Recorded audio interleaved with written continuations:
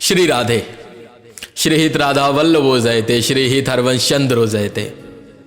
आप सबका स्वागत है हमारी तरफ से नई श्री लाडली लाल की कृपा, श्री महाप्रभु की कृपा और हमारे जय जय के आशीर्वाद से मिली हमें ये श्री सेवक वाणी व्याख्या सहित। जब हमने इसको पढ़ना चालू किया, इसका श्रवण करना चालू किया, तो कहीं ना कहीं हमें लगा कि इसको पढ़ने के साथ साथ, क्योंकि हमारे लिए नई चीज़ थी बिल्कुल, तो जब आपके लिए नई चीज़ होती तो आपको लगता है कि कोई इसको एक बार पढ़ के आपको सुनाए या आपको मतलब आप उसको सुनते रहें। हमने यूट्यूब पर भी काफ़ी खंगाला, हमने ऑडियो स्ट्रीम्स प्लेटफॉर्म थे जितने, उन पर भी काफ़ी देखा कि एज अ ब्रॉडकास्ट ये हमें मिल जाए, मगर हमें उस प्रकार मिली नहीं। हाँ, हमें राधा केली कुंज की मिली, मगर उसमें व्याख्या सहित नहीं थी, क्योंकि वहाँ पर पूरा पाठ किया जाता है। प्रकरण के हिसाब से थी कुछ वीडियो, मगर वहाँ पे व्याख्या नहीं थी। और हो ना हो इसका कोई ऐसा विचारणीय विषय नहीं है, मगर जय जय की कृपा से आप विचार आया था कि इसको आपके समक्ष हमें अपने तरीके से, तरीका कुछ कोई नया नहीं है, तरीका यही है जो जय जय ने हमें प्रदान कर दिया, यही हम आपको सुना देंगे। मगर बहुत से लोगों से हमने वार्ता भी करी थी इस बारे में, क्या आपका भी ऐसा अनुभव है कि मतलब को सुनने में मतलब रुचि आती हो। बहुत से लोग कार्यरत हैं, वो चाहते हैं कि जब वो अपने कार्य से लौटें या जाएं या किसी और कार्य को करते समय उस समय वो उसको अपने कान में लगा ले, क्योंकि हर वक्त हम ये इतने पावन ग्रंथ को हम मतलब हर वक्त नहीं खोल सकते, हर वक्त नहीं लेके चल सकते, क्या पता उस वक्त कैसी अवस्था में हो। मगर श्रवण एक ऐसी क्रिया है कि हाँ, हम कर सकते हैं। बहुत सी ऐसी जगह हैं जहाँ पे हम श्रवण कर सकते हैं चीज़ों को, क्योंकि हमारे कानों में पड़ रही हैं, हम उसको कहीं ना कहीं श्रवण करते हुए ग्रहण भी कर लेते हैं। तो श्री जी कृपा से हम आपके समक्ष इस सीरीज़ को ला रहे हैं। इसमें बस आपका कुछ नहीं चाहिए, इसमें आपका साथ चाहिए, और साथ भी कैसा कि आप इसको पूरा देखिए। और पूरा हम ये नहीं कह रहे हैं कि हाँ आप हर कोई पूरा देखेगा, हमें भी पता है पूरा भी वही देखेगा जो इस पथ का पथिक है, जिसको कहीं ना कहीं महाप्रभु ने जिसको छू लिया है, जिसको कहीं ना कहीं उस जय जय का प्यार मिल गया, जो कहीं ना कहीं जय जय के प्यार को समझ चुका है, जो कहीं ना कहीं लाडली लाल की कृपा को समझ चुका है, लाडली लाल की कृपा से मिले जय जय को, लाडली लाल की कृपा से मिले इन रसिकों की, इन महान रसिकों की वाणियों को समझ चुका है। इसमें आपके 16 प्रकरण हैं और अंत में फल स्तुति है। तो हमने जो विचारा है वो यही विचारा है कि हम इसको पर प्रकरण कम से कम 2 या 3 वीडियो, क्योंकि बहुत से प्रकरण बहुत छोटे हैं और बहुत से प्रकरण काफ़ी बड़े हैं, तो कुछ प्रकरण की 2 वीडियो, कुछ प्रकरण की अगर हुआ तो 1 वीडियो, या कुछ प्रकरण की हम 3 वीडियो, क्योंकि एक साथ अगर हम भी पढ़ते हुए चले जाएंगे तो वो बिल्कुल ही पढ़ना हो जाएगा, उसमें रस कहीं भी नहीं दिखेगा आपको। प्रयास करेंगे इसको हम आपको पूरा कंसेक्यूटिव डेज में दे सके कि लगातार आपको ये वीडियो पर वीडियो प्रदान करते रहें, जिससे आपका भी अगर आप एक नियम बनाएं तो आपका नियम ना टूटे। आप इसके अंतराल अपनी सेवक वाणी को अपनी तरफ से जो आप नियम है जो आपका, आप उसको करती रहिए। मेरी तरफ से यही रहेगा कि जल्द से जल्द ये वाली सीरीज़ पूरी हो जाए। मैं प्रयास तो यही कर रहा हूँ कि इसको जितना फिर जल्दी करवा सकूँ। बाकी पहले आज की इस वीडियो में हम इसके भूमिका के बारे में बात करेंगे। हम आपका कुछ समय तो ले ही चुके हैं, इसलिए इस पहली वीडियो में हम इस सेवक वाणी के महात्म की बात करेंगे, सेवक वाणी की भूमिका की बात करेंगे कि क्या है सेवक वाणी, आखिर है क्या इसके अंदर, हमें आगे जाके क्या मिलेगा। जो नए लोग हैं जिन्हें नहीं पता और वो जुड़ गए हैं तो उन्हें बताएं कि हाँ क्या मिलेगा। चलिए शुरू करते हैं लाडली लाल की कृपा से, महाप्रभु की कृपा से, हमारे जय जय की कृपा से श्री सेवक वाणी व्याख्या सहित, जिसके व्याख्याकार हैं श्री ललिता चरण गोस्वामी जी। उनके चरणों में दंडवत प्रणाम कि उनकी कृपा से हमें ये मिला, इतना प्यारा रस मिला हमें। और अंत में यही बात है कि रुटियां काफ़ी होंगी हमसे, क्योंकि हमने भी अभी इसको काफ़ी इस पर समय नहीं दिया है, मगर अपनी तरफ से दिया है एक समय। रुटियां होती हैं, आप में से बहुत से लोग इसको नित्य पढ़ते होंगे। अगर हमसे कोई गलती होती है तो हमें ज़रूर बताइएगा। बहुत से साधन हैं आपको हमसे जुड़ने के लिए, आप हमें कहीं भी बता सकते हैं। बाकी आपको अगर कुछ हमें सुझाव देना हो पर्सनली कि हाँ हम इसको ऐसे कर सकते हैं, उसको ऐसे कर सकते हैं, उसमें कुछ ऐसा नया कर सकते हैं, आप जैसा भी अपना सुझाव जो आपको लगे कि हाँ हमें ये करना चाहिए, हमारी तरफ से ये कमियां हैं, आप हमें ज़रूर बताइए। हम उसको सुधार करने की कोशिश करेंगे, क्योंकि आगे भी हमने बहुत कुछ विचारा हुआ है, तो हम नहीं चाहते कि गलतियाँ हर वीडियो में आपको हम प्रदान करते रहें। शुरू करते हैं श्री सेवक वाणी महात्म भूमिका।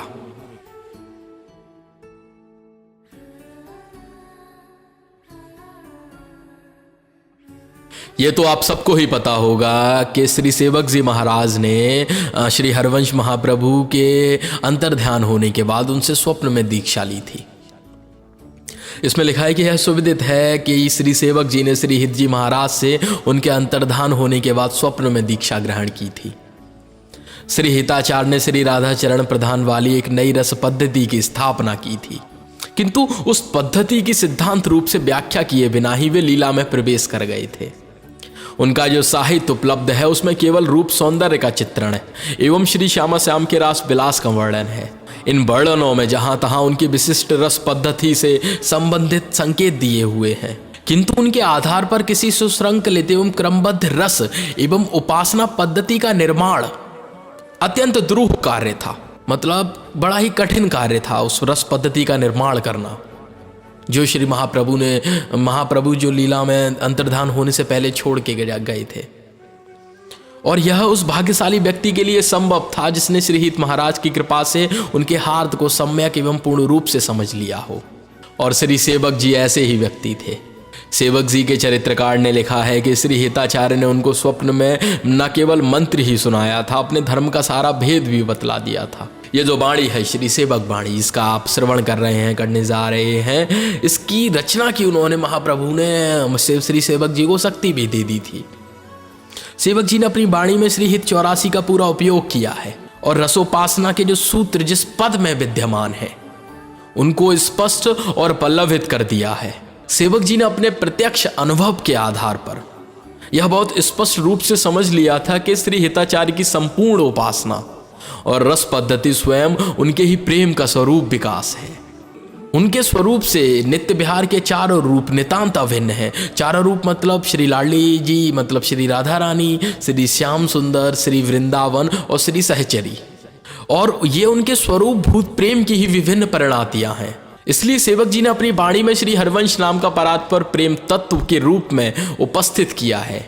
वे श्री श्यामा श्याम की क्रीड़ा को प्रेम क्रीड़ा न कहकर श्री हरिवंश केली कहते हैं। इस चीज का अवश्य ध्यान रखिएगा कि श्री सेवक जी श्री श्यामा श्याम की नित्य क्रीड़ा को प्रेम की क्रीड़ा न कहकर श्री हरिवंश केली कहते हैं। सेवक जी ने अपनी वाणी के 11वें प्रकरण, मतलब श्री इसी वाणी के 11वें प्रकरण श्री हित ध्यान प्रकरण में बताया है कि श्री हरवंश नाम के जप के साथ उनके सखी रूप का ध्यान करना चाहिए। श्री हरवंश चंद्र के रूप में श्री राधा की अंतरंगा सखी ने श्री श्यामा श्याम की नित्य प्रेम क्रीड़ा का परिचय देने के लिए अवतार ग्रहण किया था। सहचरियों की सर्वस्व श्री राधा है एवं उनके रोम रोम में श्री राधा नाम रूप पूरित है। अतः उनके अर्थात सहचरियों के ध्यान से श्री राधा के चरण कमलों में अनन्य प्रीति उत्पन्न होना स्वाभाविक है। सेवक जी ने इस 11वें प्रकरण के अंतिम छंद में कहा भी है कि श्री हरवंश नाम के जप से परम आनंदकारी प्रेम लक्षणा भक्ति प्राप्त होती है और श्री राधा के युगल चरणों में अत्यंत भारी प्रीति उत्पन्न हो जाती है। सेवक जी की इस उपयुक्त योजना से 3 स्पष्ट लाभ हुए हैं कि संपूर्ण नित्य विहार श्री हरवंश की परिणीति घोषित किए जाने से प्रेम परात्पर तत्व के रूप में स्थापित हो गया और भगवत्ता मतलब भगवत ऐश्वर्य उसके अधीन हो गई। इससे लीला का विकास एकमात्र प्रेम की अंतरंग प्रकृति के अनुरूप होने लगा और उसमें किसी विजातीय तत्व की मिलावट का अवकाश नहीं रहा।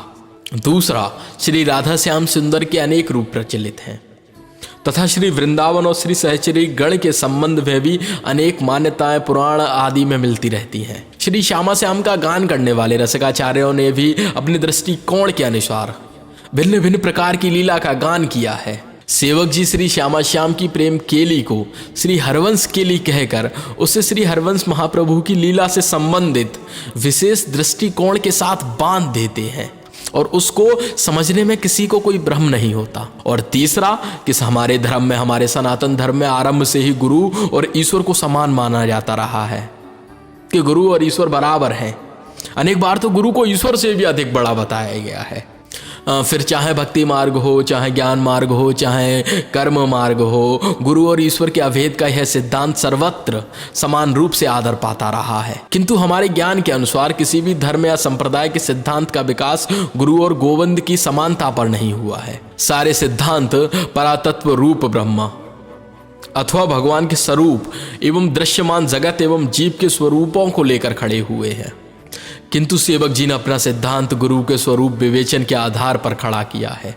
अन्य लोगों ने जहां ईस्ट के साथ गुरु का अभेद प्रतिपादन किया है, वहां सेवक जी ने गुरु के साथ ईस्ट की अभिन्नता प्रतिपादित की है।